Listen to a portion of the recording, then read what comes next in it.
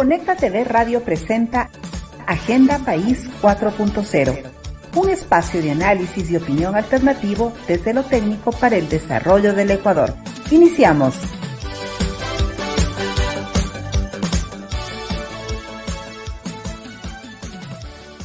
Amigos de Conecta TV Radio y de Agenda País 4.0. Hoy empezamos nuestro quinto programa de esta temporada y realmente con un tema que nos llena de pasión y nos llena de mucho entendimiento, que es hablar de innovación y de emprendimiento. Al menos quienes hemos pasado por las universidades tenemos esos atractivos y también muchas enseñanzas respecto a lo que es la innovación y el emprendimiento. Y también con mayor razón si es que hemos pasado por una universidad de ciencia y tecnología.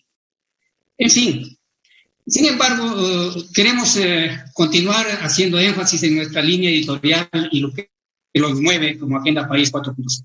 Queremos seguir poniendo estos temas en la agenda del país, una agenda que tiene que ser manejada a largo plazo y que tiene que ser permanente en el tiempo, no un tema coyuntural eminentemente o menos relacionado con las políticas de un gobierno. Tiene que estar impregnado en lo que es la sociedad y lo que son las políticas.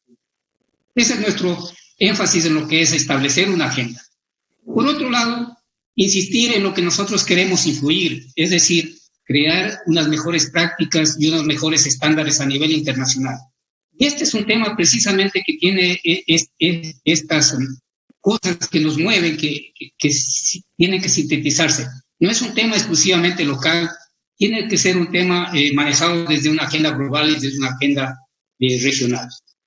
Por eso hoy hemos invitado a nuestro programa realmente a un profesional de primera, con una universidad y con un centro de innovación y tecnología que también está siendo un referente, no solamente en el país, sino también a nivel latinoamericano. Él es Marcos Vega, y es costarricense, radicado ya en nuestro país desde hace algún tiempo, y que trabaja dentro de lo que es la UTPL. Así es que es lo que queremos hacerlo y esperamos que sea del agrado de ustedes.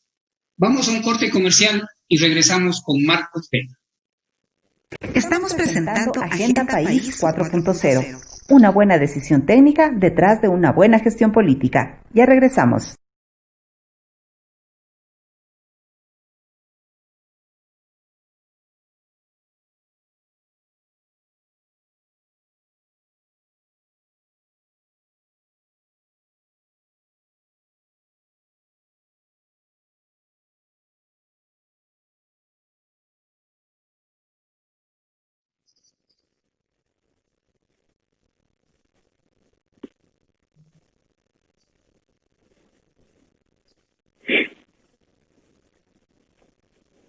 Bien, con Marcos Vega tenemos referencias personales, indistintas en el tiempo, con nuestras colaboraciones con la UTPL en Loja, que también es un referente especialmente en la educación a distancia en el Ecuador. Y él, como lo decía, es costarricense, está ya en nuestro país instalado desde hace algún tiempo, enamorado de Loja y del país. Y tiene sus antecedentes académicos y profesionales en el Instituto Zamorano, que realmente, como todos lo conocemos y muchos ecuatorianos hemos querido estudiar y otros lo han logrado, es básicamente un referente en los temas de educación en la parte del agro-industria. Marcos está, como digo, a cargo de lo que es el Centro de Innovación y Emprendimiento de la UTPL, que es denominado Prendo y que es administrado directamente por la fundación de la UTPL. Así es que, Marcos, bienvenido a este programa y qué gusto que nos hayas aceptado participar con nosotros. Sabes lo que nos mueve, sabes de lo que estamos interesados y realmente esperamos que esto sea del agrado de todos. Muchísimas gracias, mi querido Rodrigo.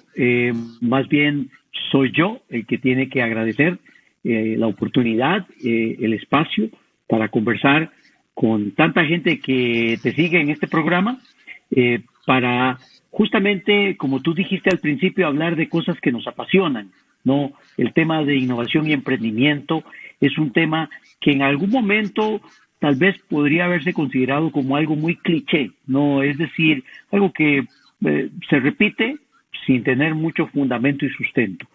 Pero la realidad que vivimos, no solamente a nivel de Ecuador, sino de todo el mundo, nos obliga a mirar este tema de innovación y emprendimiento como una materia pendiente, porque sí hay muchas cosas positivas en Ecuador con respecto a innovación y emprendimiento, pero hermano, hay muchísimo más por hacer y bueno, lo importante es eso, que aún no nos hemos muerto, que aún no se ha acabado el mundo, como han profetizado algunos escépticos que dicen que ya con esto pues ya se acaba el fin de los tiempos, ya llega el fin de los tiempos, pero no, en realidad creo que es una oportunidad para hacer cosas importantes, interesantes, y de las cosas que podemos hacer es justamente impulsar a este país, no a través de cantos de sirena, sino a través de estas dos cosas que estamos conversando, innovación y emprendimiento. Así que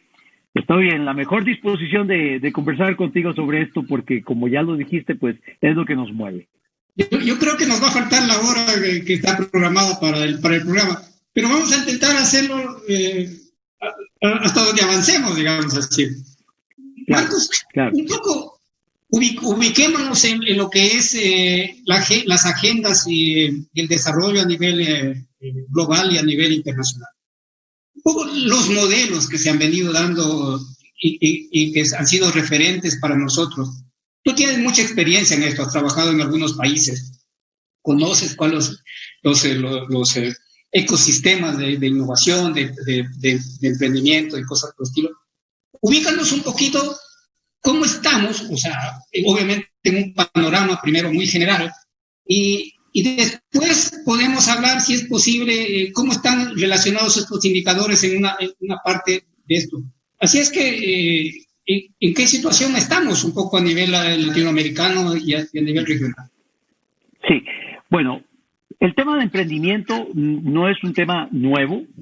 Como dije hace un rato, está tomando relevancia, porque evidentemente la crisis que estamos viviendo no es primera vez que a nivel global se vive. O sea, hemos tenido crisis recurrentes que han tenido que ver mucho con la situación económica, o sea, que han mostrado cómo es muy frágil la estabilidad que podemos tener desde muchos puntos de vista. Entonces, el tema del emprendimiento siempre ha estado como resorte para salir de crisis. Nosotros no vivimos esa época, pero podemos ver la historia y sabemos que la recesión, la gran recesión de los años 30 que se generó en Estados Unidos y que impactó a nivel global, pues tuvo unas consecuencias muy trágicas, pero también impulsó mucho el emprendimiento, impulsó mucho la creación de nuevas industrias y la verdad es que son cosas que nosotros estamos visualizando ahorita en este momento como oportunidades. Entonces, a partir de este momento se han dado algunos referentes a nivel mundial en cuanto a innovación y emprendimiento y te digo, no es Estados Unidos realmente quien va a la cabeza de esto, o sea, los países europeos y los países asiáticos tienen una trayectoria increíble en muy corto tiempo.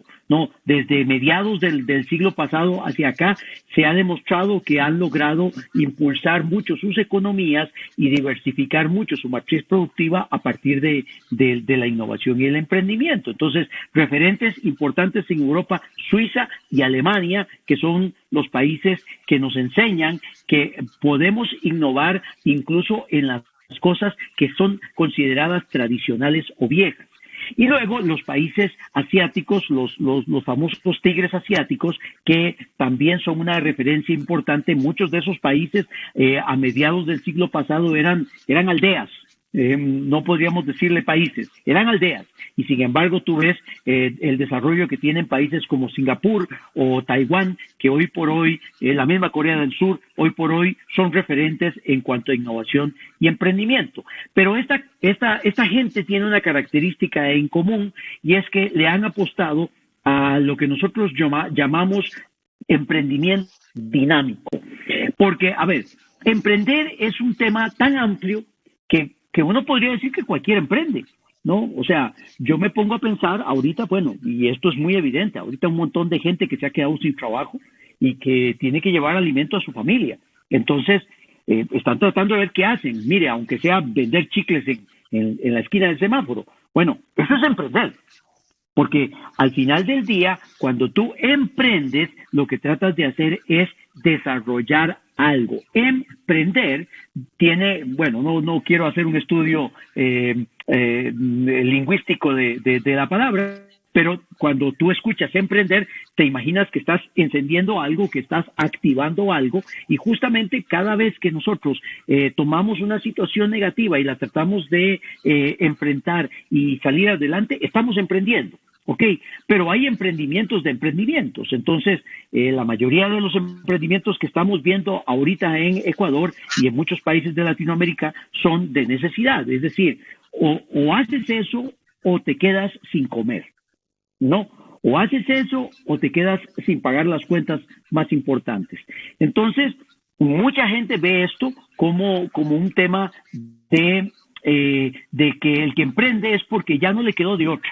No, o sea, de hecho, en algún momento la gente, los mismos muchachos, tú que hablabas ahorita de las universidades, los mismos muchachos, y esto lo hemos hecho nosotros varias veces, les hemos preguntado, ¿les gusta la idea de emprender? Y por lo menos antes de la pandemia, la respuesta siempre era no nos gusta la idea. O sea, lo que estamos estudiando, queremos sacar un título porque queremos llegar al mercado y ofrecer nuestros servicios y que nos den un buen puesto, ¿no? Un puesto ejecutivo, un puesto en producción, algo de mucho glamour y que podamos ganar un buen salario, etcétera, etcétera, y que podamos comprarnos una casa, un carro, tener nuestra esposa, etcétera, etcétera. Entonces, el tema de emprender era un tema, pues, más bien de cuarta categoría, ¿no? Entonces, hoy por hoy ya esa realidad está cambiando, o sea, ya es distinto, pero escúchame muy bien, lo que necesitamos es entonces direccionar el esfuerzo de emprendimiento hacia este tema de emprendimiento dinámico. Que el emprendimiento dinámico tiene 3 características y estos países que mencioné, que son referentes en Europa y en Asia, lo tienen bien claro. Primero, son emprendimientos ligados a un conocimiento tecnológico, es decir, son de base tecnológica. Hay alguna investigación, algún descubrimiento, alguna cosa que nos permite solucionar un problema, pero nos lo permite solucionar de una manera, digamos, que implica un montón de saberes y de conocimiento. Es una gestión de conocimiento al final. Es lo que llaman algunos economistas economía del conocimiento, ¿no? Entonces, al final, eso es la primera característica importante. La segunda es que son emprendimientos que no se van a quedar chiquitos, no se van a quedar enanos, sino que tienen la posibilidad de escalar. Y la tercera significa que tiene que o va a resolver un problema social, un problema de la sociedad. Oiga, no es que va a ser caridad, sino que el emprendimiento, al desarrollarse como un negocio, está resolviendo un problema que agobia a la sociedad, ¿no? Y por eso es que esto tiene tanto impacto en la economía, porque al hacerlo por diferentes frentes está generando un dinamismo que ya lo han experimentado estos países que te mencioné. Perfecto. Marcos, es muy importante todos los elementos que ya nos has dado y que a lo mejor los volvemos a retomar un poquito más adelante. En primer lugar, que el emprendimiento no es un tema solamente de autoempleo, como decimos generalmente. El otro es que la visión que tiene de la universidad, que está más cerca de las políticas públicas, es de que esto sea sistémico, de que esto sea estructurado y que, como bien valga la pena, o si no estoy muy bien referenciado, es el tema de que sea sostenible, es decir, o sea, un poquito más a largo plazo, no que sea una cuestión, como tú dices, sí, me toca hacerlo y punto. Pero bien, yo creo que ahí el caso tuyo y el caso de la experiencia de la universidad va a ser muy importantísimo que nos que nos las cuentes. Pero antes, dinos si es que estamos, si seguimos manejando estos índices relacionados a lo que es un poco las grandes políticas públicas, lo que siempre hacemos referencia. ¿En cuánto es los montos de inversión respecto al Producto Interno Bruto que hacen los países? Por lo general manejamos uno que sea relacionado a lo que es investigación de desarrollo. ¿Existe algo más en este sentido? ¿O en cuanto a emprendimiento e innovación? ¿O seguimos relacionando lo que son los indicadores de índices ¿cómo se llama?, de investigación y desarrollo? Y ahí tenemos datos, o sea, lo que publica el Banco Mundial, que tenemos ahora 2.14 respecto al PIB. Brasil es referencia a nivel latinoamericano, con cerca de 1.26. Ecuador, Costa Rica y casi los de la región están en 0.44, Chile igual. Entonces, cuéntanos un poquito cómo nos embarcamos en esto primero, para que se impulsen las políticas públicas y que haya un flujo de innovación, de emprendimiento a nivel ciudadano, llamémoslo así, hasta el último mortal de este planeta, ¿no? Sí, bueno, mira, veamos varias cosas. O sea, tú ya dijiste, ya hay organizaciones a nivel internacional como Naciones Unidas que establecen algunos parámetros sobre cómo invertir en investigación y cómo invertir en desarrollo e innovación, porque recuérdate que para que haya innovación tiene que haber investigación, tiene que haber desarrollo, y se habla del 1.5% del Producto Interno Bruto como un mínimo, ¿no? O sea, habrán países como estos que te mencioné que probablemente tienen más del 4% invertidos en este tema. Y esa es la primera parte, la piedra angular. Si nosotros como país tenemos 0.4% del Producto Interno Bruto, pues realmente es muy poco lo que se puede hacer. O sea, si estos otros países que te mencioné como referentes han hecho lo que han logrado, es porque han invertido plata. O sea, en mi país tenemos un dicho, no se puede hacer chocolate sin cacao. Es decir, si tú quieres que haya un desarrollo de la innovación y que se cante en un desarrollo del emprendimiento, hay que invertir, ¿verdad? Ahora, ¿quién invierte? Es una pregunta que vamos a hacer ahorita en este momento, pero antes nada más hablar un poco. A ver, se supone que si en la innovación, que si se da innovación, se va a generar riqueza. Entonces, ese es el mecanismo más digamos, transparente para salir de la pobreza, ¿no? O sea, tenemos que innovar. Pero para que el ecosistema de innovación funcione como un relojito, necesita de su hermano gemelo, que es el ecosistema de emprendimiento, que lo que hace es generar un mayor número de empresas en un área geográfica. Entonces, tú me preguntas si hay alguna referencia sobre cuánto habría que invertir del Producto Interno Bruto en la creación de empresas. Es una pregunta un poco tricky, porque creo que nadie lleva un track de cuánto es lo que se invierte realmente el Producto Interno Bruto en este tipo de esfuerzos, porque básicamente la esencia de una economía capitalista es justamente la floración de empresas, ¿no? Entonces, lo que sí debemos decir es que los países que nos llevan ventaja en todo esto, que son parte del mundo desarrollado, tienen un nivel de madurez empresarial impresionante, ¿no? O sea, donde hay dos elementos, no solamente es cantidad de empresas, sino calidad de empresas. Y cuando te digo calidad de empresas, me refiero a que son empresas futuristas, son empresas que no viven al día, sino que tratan de pensar cómo van a ser dentro de 5, 10, 15 años y crean las condiciones desde su base para que esto ocurra, ¿no? Y eso se da básicamente como elemento de análisis o de medida de esto es justamente en la vida útil de una empresa. Una empresa es como cualquier otro ente, ¿no? Bueno, los seres biológicos tenemos un ciclo de vida, ¿no? Pues las empresas no son seres biológicos, pero están dirigidos por personas y también tienen un ciclo de vida.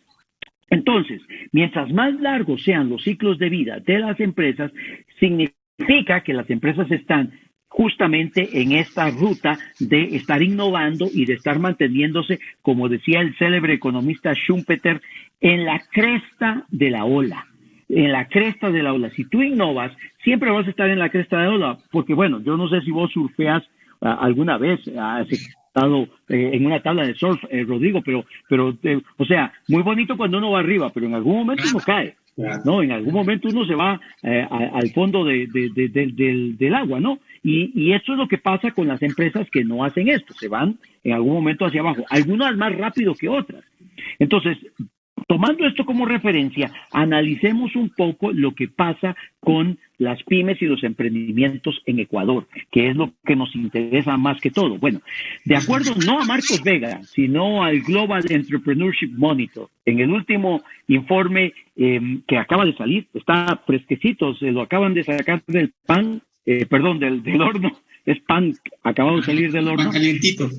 Nosotros tenemos una condición muy particular, y es que somos un país donde la gente tiene mucho afán por emprender, ¿no? Somos el país en la región con la tasa de emprendimiento temprana más alta.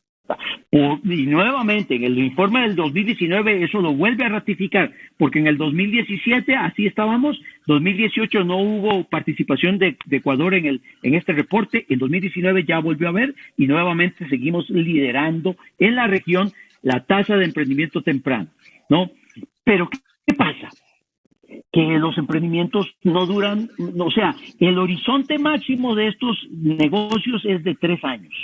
No más de eso. La gran mayoría no pasa los 2 años, ¿no? Entonces, generamos muchos negocios porque la gente se tira a emprender a lo loco y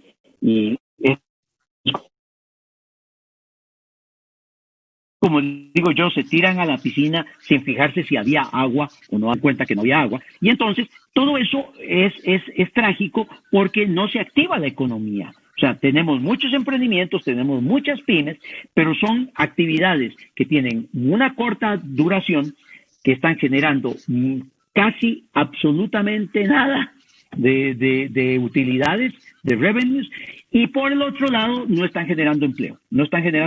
1 o 2 plazas tal vez por caso. Por caso.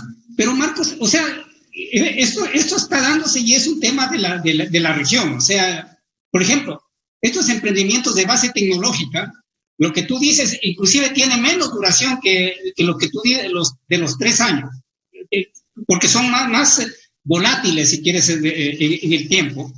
El otro, la tasa de éxito de estos emprendimientos, comentaba un colega chileno al respecto que maneja un emprendimiento del Digital Bank, que son relacionados a los bancos, pero de la forma digital. Entonces, ellos decían, mira, aquí hay una tasa de éxito de aproximadamente el 0,5% de los ensayos, y una duración así muy corta, porque también son rápidamente absorbidos por las grandes empresas y cosas por el estilo. Yo no sé, acá pero fíjate que el Produbanco. Sí, mira, yo te quiero comentar. Hay un caso de un banco español que básicamente todos los absorben rapidísimo dentro del World Café, que se llama. Así la gente va a trabajar ahí en sus emprendimientos y enseguida son captados por la gente de los bancos, obviamente con financiamiento y cosas por el estilo. Entonces, yo creo que aquí hay muchos elementos que se deben ir relacionando. Y ahí entremos, Marcos, ya lo que tú algo ya sondeaste. En el país tenemos ya una ley de emprendimiento que yo la veo una de las mejores leyes, digamos así, a diferencia de economía circular y otras cosas, eficiencia energética y cosas, y yo la veo bastante bien estructurada, porque para mí una ley debe tener 2 cosas. En primer lugar, hacer una referencia a una, creo que aquí sí la tenemos, ya establecida una ley.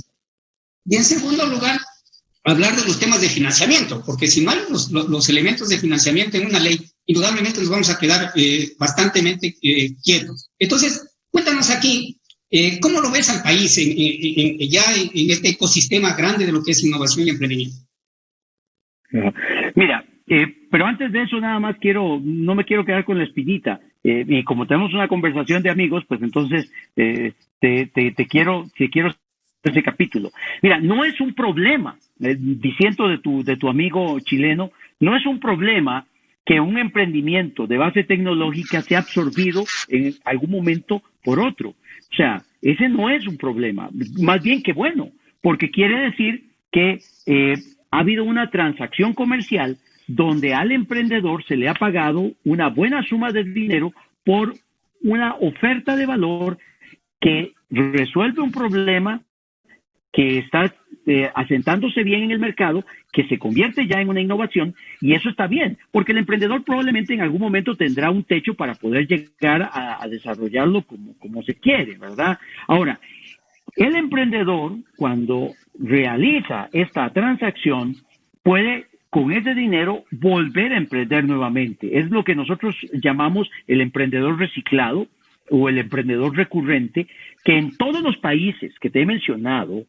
eso es lo que ha hecho la diferencia, ¿no? O sea, si tú crees que en Taiwán, por Dios, donde hay tantos chicos emprendiendo, no pasa esto. Claro que pasa, y eso no es un problema, pero se ha manejado de tal manera que el emprendedor entonces sigue emprendiendo, y eso es como una especie de maquinita de hacer palomitas de maíz, el chifle que le llaman ustedes, ¿no?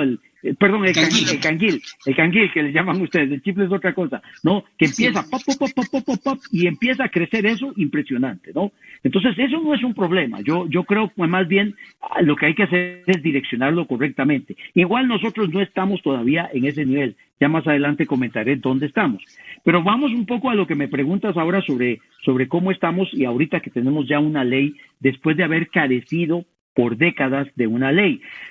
El Global Entrepreneurship Monitor, una de las cosas que decía era que el país carecía de muchas cosas, pero de dos elementos fundamentales. Uno, un marco legal apropiado que propiciara el desarrollo de emprendimientos de todo tipo. Y dos, fuentes de financiamiento apropiadas que estuvieran ajustadas al quehacer de los emprendimientos. Entonces, analicemos lo que pasa ahora con esta nueva ley. Nosotros estuvimos muy involucrados desde Prendo UTPL porque nosotros somos aliados de la Alianza para el Emprendimiento y la Innovación aquí de Ecuador, la AEI, y estuvimos trabajando y se hicieron mesas. Mira, esa ley se planteó dentro del Plan Estratégico de Emprendimiento para el país desde el año 2010 y se aprobó prácticamente ya a inicios del 20, es que el presidente de la República le dio su veto. Entonces, quiere decir que pasaron 10 años, hermano, 10 años para parir esa ley. No es la mejor ley del mundo, y te lo digo yo porque estuvimos dentro de los grupos que estuvimos objetando ciertas cosas. Tú sabes lo que pasa a nivel político. A veces uno mete una jirafa y lo que le sale del otro lado es un elefante, o le sale una hiena o alguna otra cosa. Entonces, esto es lo que ha pasado. Algunas cosas no quedaron como hubiéramos querido, pero sí se ha logrado un gran avance. Y yo siempre soy muy optimista.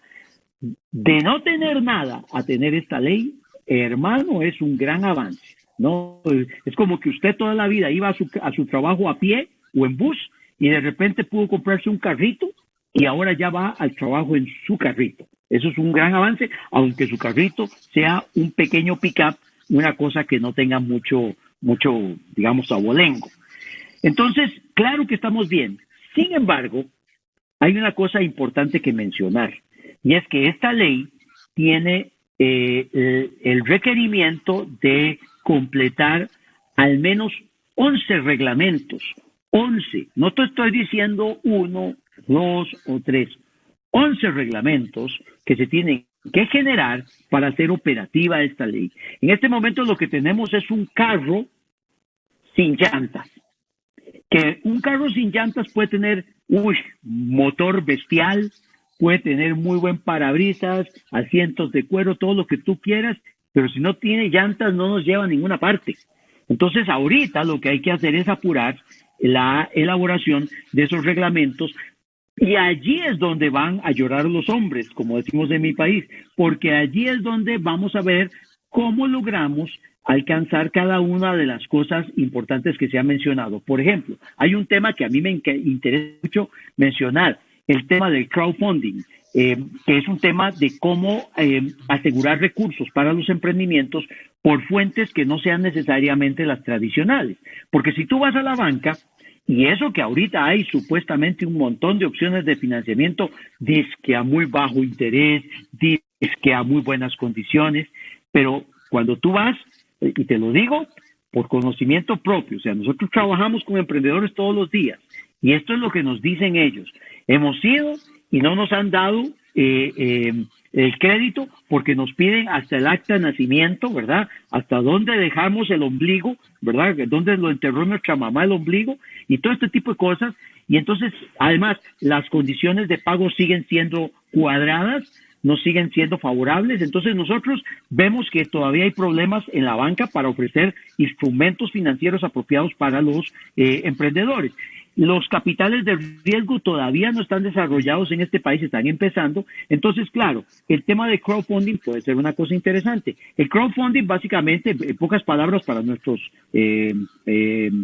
audientes que están escuchando y viendo, es básicamente recolectar fondos de la multitud, ¿no? Por eso es crowd de multitud, fund de fondos, ¿no? O sea, al final, ¿cómo logras tú de un grupo, de una masa, recoger plata para tu emprendimiento? Y esto ha sido espectacular en muchas latitudes, no solamente en países de Europa y de Norteamérica o de Asia, sino que incluso en Latinoamérica. Yo conozco, bueno, de mi país tengo referencias buenísimas de emprendimientos que han logrado levantar buen capital para poder desarrollar sus iniciativas al principio. Pero, ¿qué es lo que pasa? Que aquí en este país hay un montón de restricciones desde el punto de vista financiero. Y una de las cosas que a nosotros más nos preocupa es cómo se va a implementar lo que dice el capítulo de crowdfunding en la ley. Porque si al final nos van a coartar con el reglamento muchas acciones, no vamos a llegar a donde queremos. Vuelve a ser lo que te digo, o sea, muy buena intención, pero no funciona. Hablábamos del caso de Chile, que un poco más lo conozco y que también tú lo tienes como referente, que funciona muy bien allá un fondo de la Corfo, que es una banca tipo CFN, pero exclusivamente para financiamiento de esto.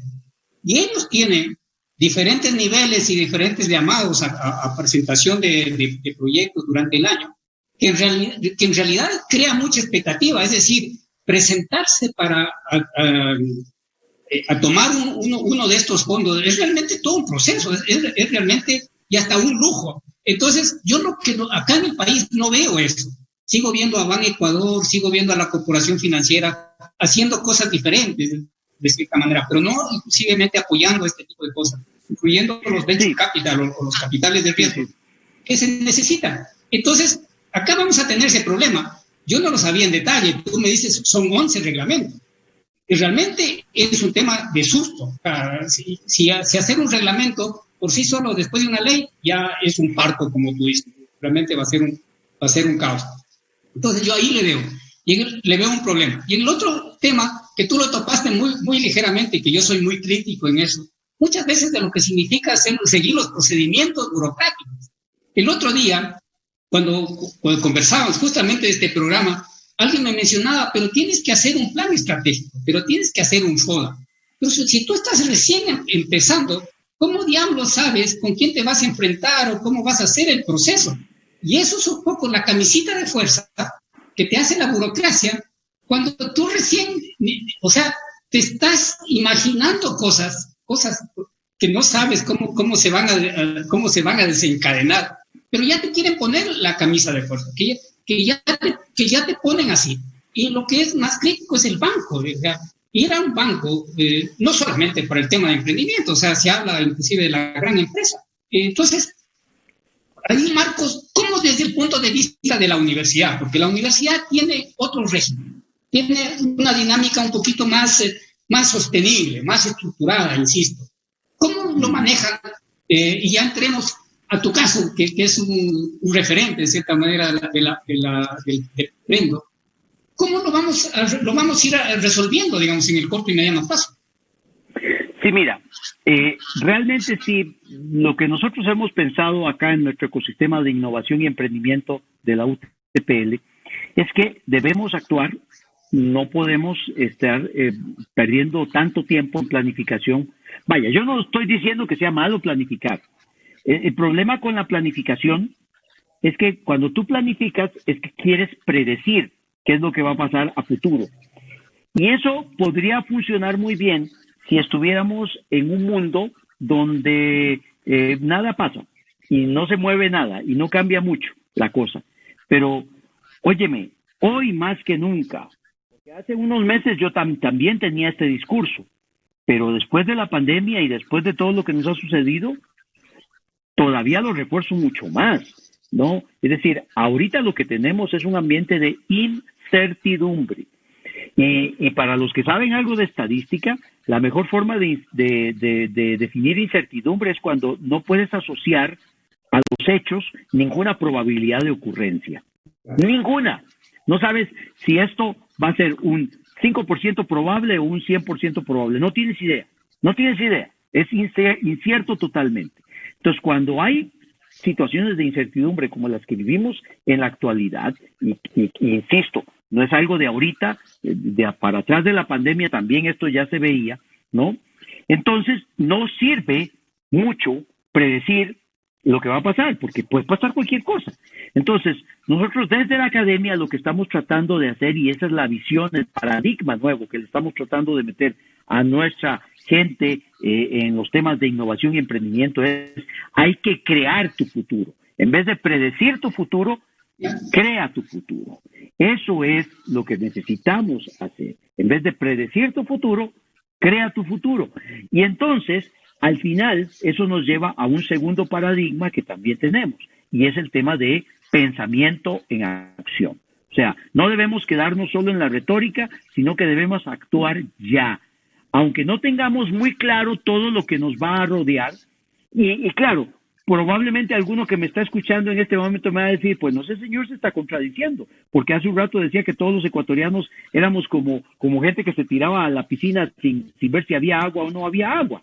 Bueno, estoy de acuerdo, o sea, yo dije hace un rato que eso no es el camino, pero insisto, en situaciones de incertidumbre, tampoco el camino es ponerse a planificar y sacar, como tú dices, el FODA y hacer el business plan, de esos business plan que te pedían en los bancos que eran de este grueso, ¿verdad? Porque si le faltaba una gráfica o alguna cosa ya no te lo aprobaban. Entonces, esto no es para eso. En este momento no estamos para eso. Entonces, debemos encontrar un punto medio donde ciertamente podamos planificar algo, pero podamos actuar también y podamos tratar de crear ese futuro. Y nosotros apoyamos mucho el esquema del Lean Business Model, es decir, la palabra Lean, si buscas una traducción literal en español, en inglés, sí, del inglés al español, sería algo así como magro, algo como con poca grasa, muy liviano, muy light, ¿no? Entonces, cuando escuchas la palabra lean antes de cualquier expresión de esta que tienen los gringos, que son muy comunes, entonces lo que quiere decir es que debemos desarrollar nuestro modelo de negocio de tal suerte o en tal escala que si nosotros tenemos un tropezón, que sí lo vamos a tener probablemente, pues no sea un tropezón contundente, ¿verdad? No sea un fracaso definitivo, sino que nos permita de alguna manera levantarnos y seguir adelante y tratar por todos los medios de aprender de esa experiencia. Y eso es un poco lo que estamos tratando de hacer en la universidad ahorita. En la universidad nosotros lo que entendemos claramente es que debemos juntar a un montón de actores, de lo que llaman los gringos también stakeholders, para que con el apoyo de todos ellos hagamos una sola masa y podamos empujar esto hacia adelante. Entonces, te comento muy rápidamente. En todos los ecosistemas se habla de 3 tipos de actores. Yo digo que son más, pero dicen que es la academia, el sector privado y el sector público. Bueno, en este caso, acá en nuestro ecosistema, nosotros hemos logrado tener una muy buena relación entre la academia, la que somos nosotros, y el sector público, aunque tú no lo creas.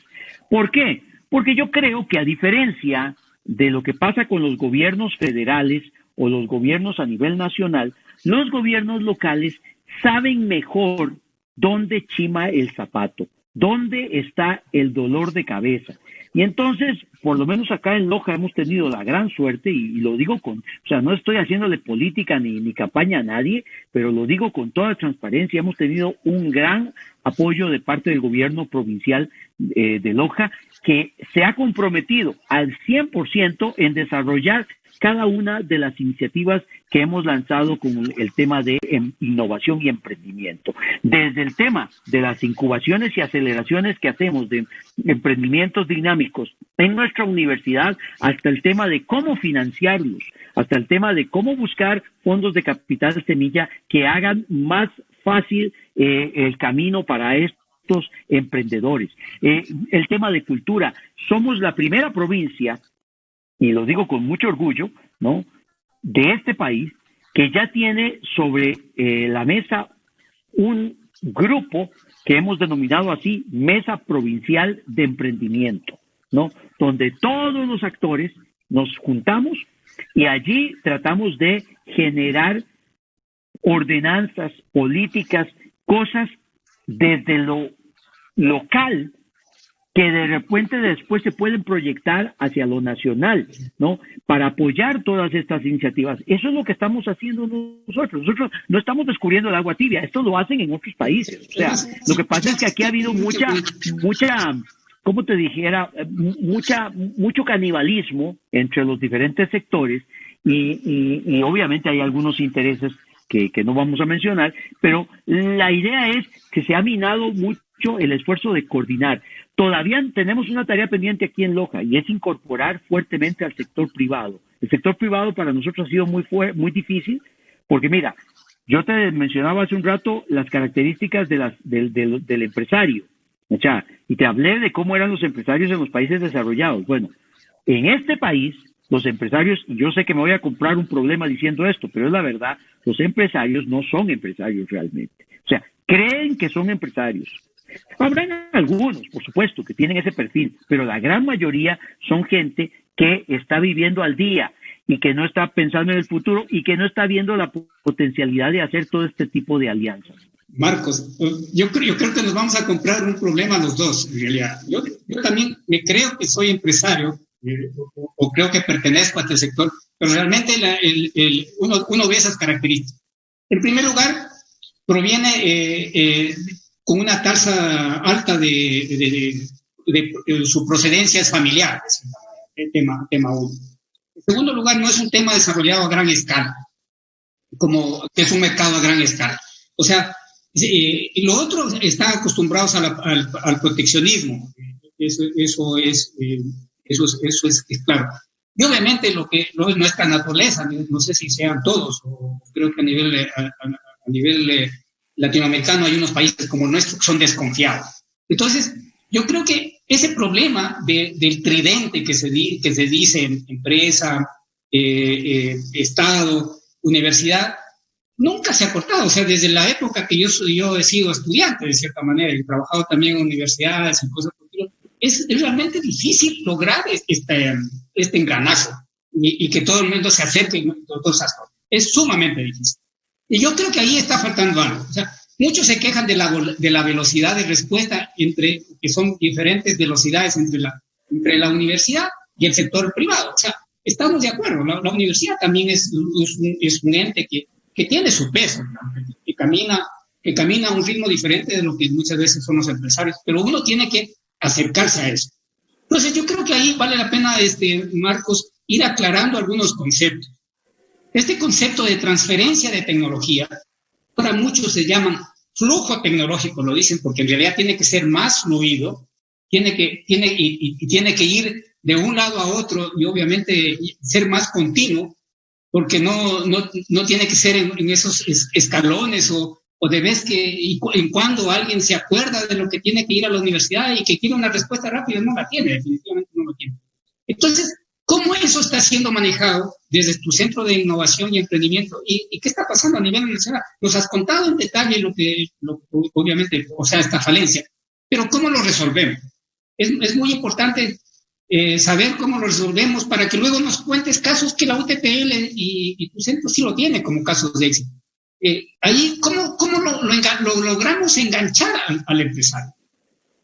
Sí, pues eso es un reto, incluso, mira, es ancestral, yo diría, por tal vez estoy exagerando, pero es ancestral. Yo he leído estudios de México, por ejemplo, que es un gran referente en este tema de relación universidad-empresa y de transferencia de tecnología desde el siglo pasado, desde inicios del siglo pasado, donde ya planteaban esto como la gran tarea pendiente.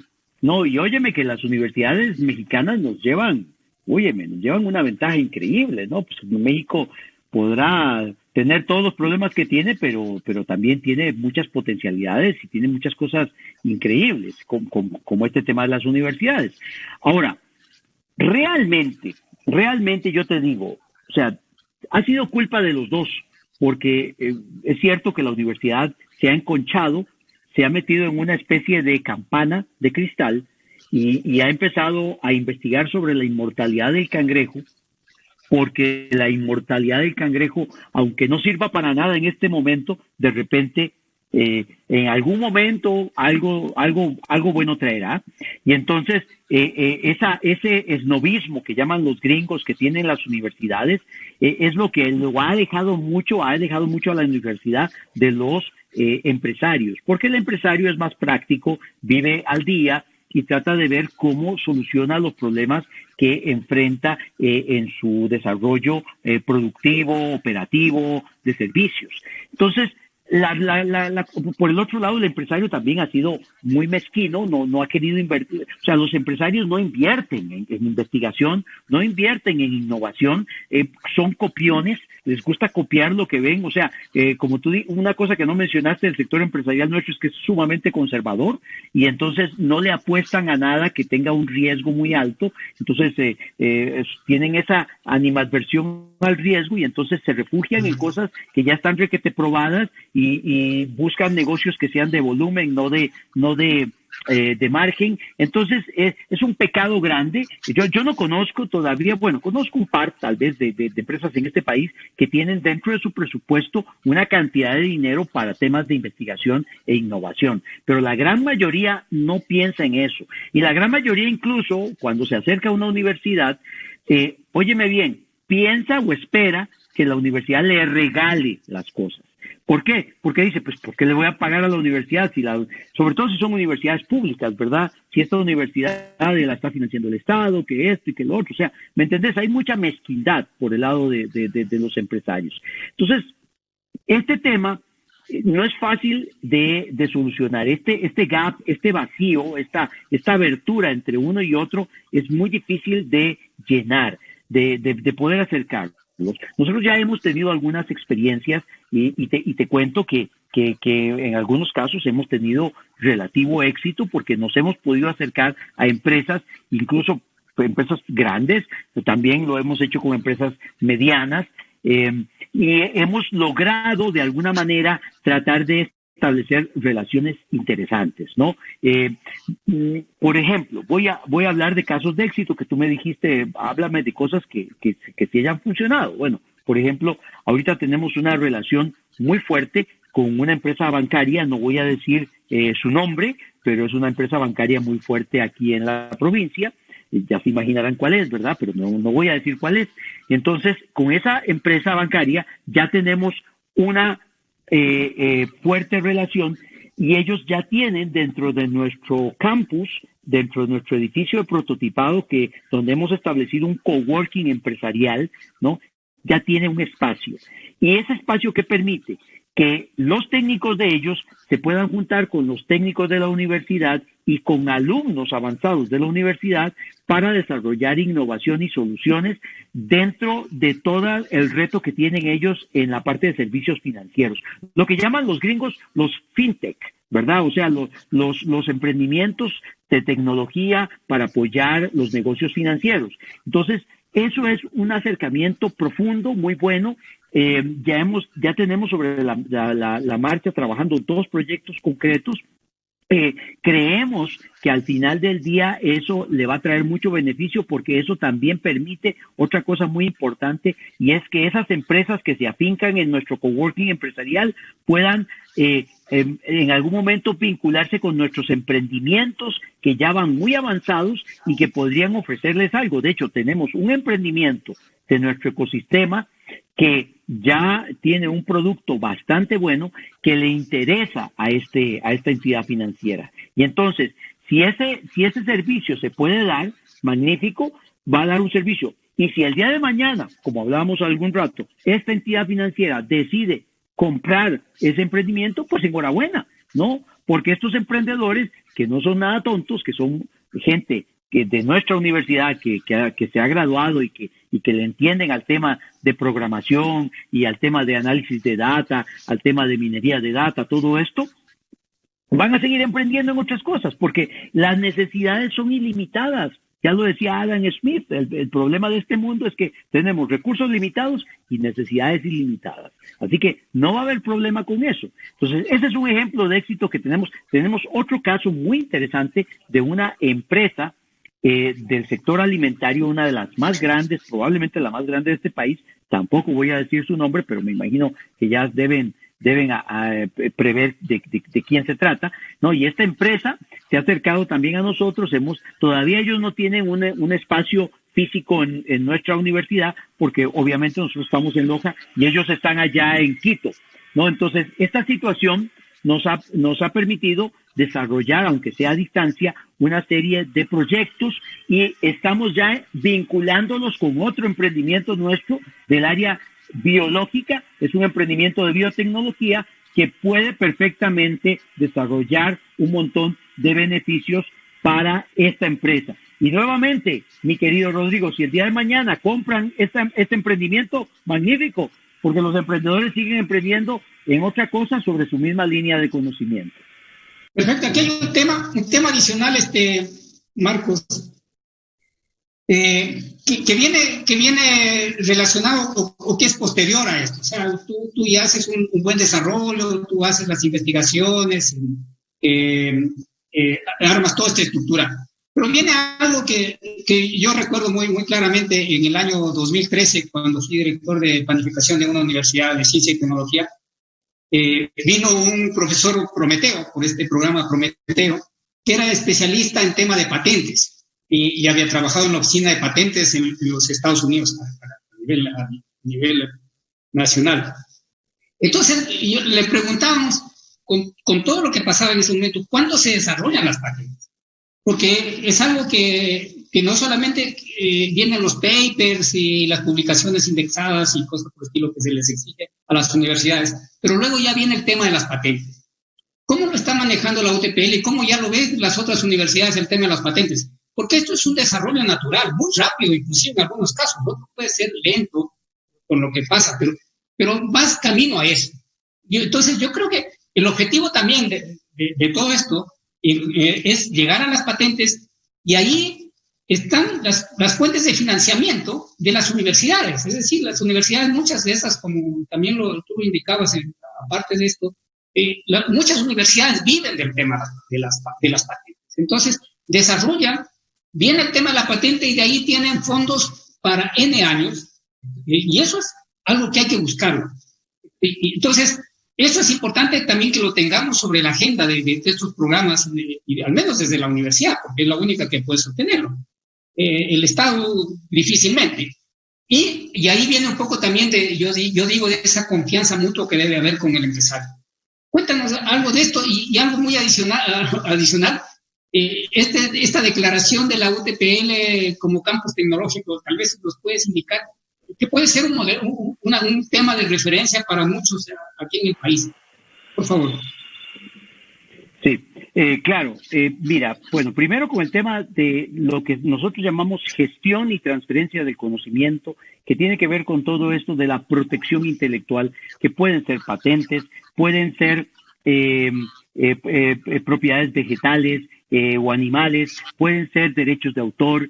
No, todo este tema es un tema muy particular, porque lo que se ha demostrado es que una universidad, para gestionar realmente el conocimiento, no se debe dedicar solo a publicar, porque se pueden publicar cosas que no son tan interesantes o tan aplicables. Entonces, el siguiente paso es poder desarrollar cosas que se puedan proteger intelectualmente.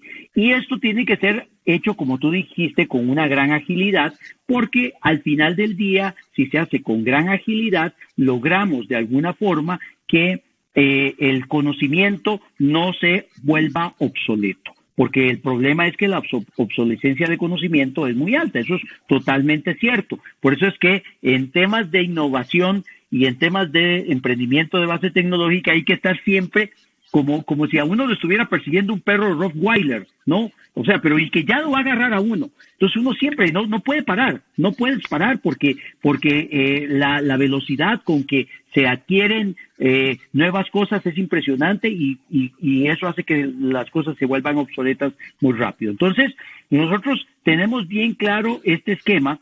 Y lo que sí necesitamos, porque eso es algo que hemos encontrado, es que para que una patente, o sea, ahora patentamos mucho más que antes, la universidad patenta ahora mucho más, hemos logrado llegar incluso a acuerdos con nuestros emprendedores, casi todos nuestros emprendedores tienen procesos de patente, de protección del conocimiento y generalmente nosotros como universidad le cubrimos todos los costos de protección intelectual a los emprendedores. ¿Y esto por qué? Porque obviamente por ser universidad tenemos un precio preferencial, ¿no? Y ahora después, al final de un tiempo, después de que firmamos un convenio y se establecen unas reglas, se hace la transferencia de todo este conocimiento al autor para que, sin costo alguno, o sea, la universidad no espera una retribución, pero cuando ha habido intervención de la universidad, que en muchos casos sí la ha habido, sí se negocia a hacer que haya sostenibilidad financiera para la universidad, para sus programas, por ese lado. Ahora, para hacer esa transferencia necesitamos una cosa bien importante, y es que las patentes, las protecciones, no sean solamente esquemitas pintados en un papel. Yo no sé si alguna vez tú te has metido a ver una patente. Hay patentes que son todas las patentes son públicas, ¿no? El hecho de que esté protegido no significa que tú no lo puedas ver. Lo que tú no puedes hacer es copiarla, ni usufructuar de ella, pero son públicas, ¿no? Entonces tú te metes y ves la patente y algunas son muy básicas. ¿Qué significa esto? Que son pruebas de concepto. Y una prueba de concepto es como un saludo a la bandera, ¿no? O sea, depende mucho del valor que tú le des como espectador, ¿no? Entonces, aquí al final del día, lo que tenemos que hacer es patentar, pero con prototipos que se hayan podido validar y que sean prácticamente un producto mínimo viable. Eso es lo que requerimos. Y en esa línea es que estamos nosotros ahorita, y nosotros lo que hemos hecho es juntarnos con gente a nivel internacional que nos pueda apalancar, que nos pueda apoyar como universidad para desarrollar estas cosas. Tenemos mucha gente que está mirando hacia Latinoamérica. Tú no creas, o sea, Latinoamérica podrá ser del tercer mundo, pero para mucha gente en Europa y para mucha gente en Norteamérica es atractivo. Y hay cosas interesantes que ellos miran hacia acá y vienen y buscan. Y se dan cuenta que hay algo que les puede llamar la atención y nosotros somos palanca para que eso funcione y para que haya sentido detrás de todo esto. Entonces, ese es el camino. Ese es el camino. Y bueno, y tú me mencionabas lo del Parque Científico y Tecnológico. Es cierto, la universidad desde el año pasado, desde principios del año pasado, se declaró Parque Científico y Tecnológico. Esto es una gran cosa.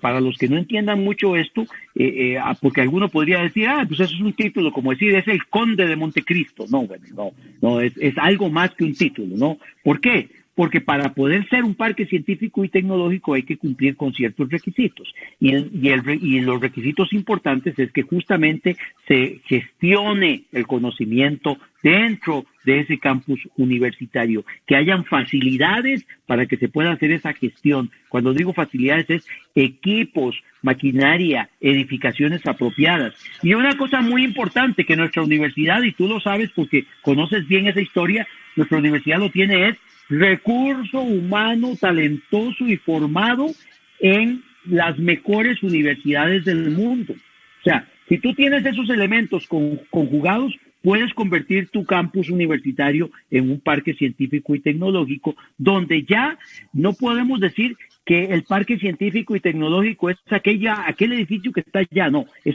toda la universidad, porque todos entramos dentro de una especie de discurso que es unísono. Todos estamos hablando el mismo idioma y es que lo que nosotros podemos desarrollar en cuanto a conocimiento lo vamos a aplicar para que la sociedad se beneficie y vamos a hacer lo imposible para que tanto el sector empresarial como el sector gubernamental pues se acoliten en esto, ¿verdad?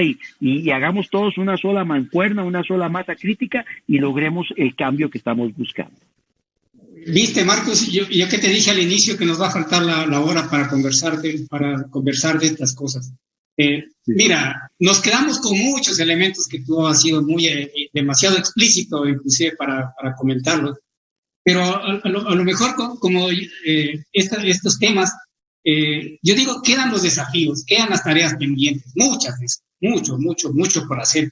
Por eso es que el emprendimiento, yo insisto, no hay que verlo como un tema coyuntural nada más, ni nada por el estilo, y tampoco la innovación es un tema permanente. Yo, tú sabes, me dedico a los temas estratégicos de las empresas, y cuando voy a una empresa y me dicen que son innovativos, muéstrame el plan estratégico y muéstrame qué acciones estás viendo, y muéstrame el presupuesto que tú tienes para eso. Y al final del día, cuando tú ves algo muy importante de esto, es cuando tú ves un balance. Por ejemplo, un balance un balance económico, que no es el balance contable. Y cuando tú ves estas empresas, por ejemplo, de base tecnológica, todo su patrimonio está hecho en activos que son, digamos, conocimiento intangible. Y eso es algo que nuestros empresarios, ojalá, yo creo que con un discurso un poquito más financiero podamos entender. Marcos, yo te agradezco infinitamente por tu tiempo, tu buena predisposición y por ser muy generoso con todos nosotros, que así son también los profesores universitarios, en contarnos estas historias. Te dejo rapidísimo con un cierre para que tú nos puedas decir qué queda para luego cerrar el tema ya de la entrevista. Sí, bueno, primero que todo, muchas gracias nuevamente por el espacio. Estamos siempre a la orden y esperamos que no sea la última vez. Y bueno, básicamente lo que quiero es dejar bien claro esto. O sea, al principio lo dije, hoy más que nunca el tema de emprender es casi que mandatorio. No es que si quiero o si me parece atractivo o si me parece glamoroso, es casi obligatorio. Pero emprender de una manera inteligente, emprender a través de estos esquemas dinámicos que acabo de comentar y que son la llave para que podamos salir adelante. Si nosotros queremos ver a Ecuador en un nivel de primer mundo, tenemos que apostar decididamente a esto. Y miren, tal vez nosotros no lo vamos a ver. Rodrigo y yo ya peinamos canas, o mejor dicho, no peinamos nada, pero bueno, pero al final del día, alguien lo va a ver, nuestros hijos, nuestros nietos. Lo importante es que se dejen sembradas las semillas, se marquen las pautas para que este camino se logre. Un poeta de Costa Rica siempre decía, nunca es más oscuro, hijo mío, que cuando va a amanecer. Así que no tengamos reparo en ser optimistas, porque esa es la clave. Perfecto, Marcos. Muchas gracias. Yo al final del cierre de este capítulo muy interesante, insisto, muy apasionante, dentro de la empresa, dentro de la universidad, que es la innovación y el empleo. Definitivamente va por ahí el desarrollo del país, como lo hemos indicado. Y vienen estos desafíos y esta competencia a nivel internacional, lo sabemos, esto no es un tema solamente local, mucho menos de una ciudad y una provincia. Esto tenemos que estar dispuestos a competir a nivel internacional. Quedan tareas pendientes, como lo decía Marcos, esto es algo que nuestra ley desemboca en 11 reglamentos, una tarea arduamente difícil, que tiene que sumar voluntades, que tienen que haber muchos acuerdos para que podamos salir de la mejor manera, seguir haciendo camino. Y el otro tema que creo que es importante y relevante de destacar de toda esta conversación es que definitivamente hay que hacerlo. O sea, esto no puedes esperar, como alguien lo decía, esperar que todos los planetas estén alineados. Yo creo que aquí tienes que empezar y tienes que caminar y no tienes que esperar que todo el mundo te lo dé. Y, insisto, siempre habrán los déficits de financiamiento en todos los países, siempre falta, pero acá también en el país yo creo que es importante que estas cosas se vayan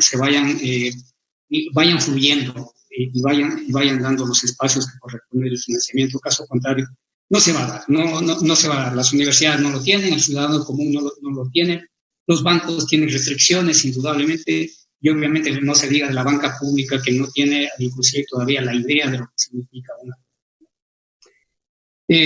Ha sido un tema muy interesante, muy interesante. Esto da para unos 2 o 3 programas más, así es que los esperamos la próxima semana con la visión de la gente que hace emprendimiento desde el sector privado. Creo que eso también es muy importante para saber del otro lado cómo lo desarrolla, cómo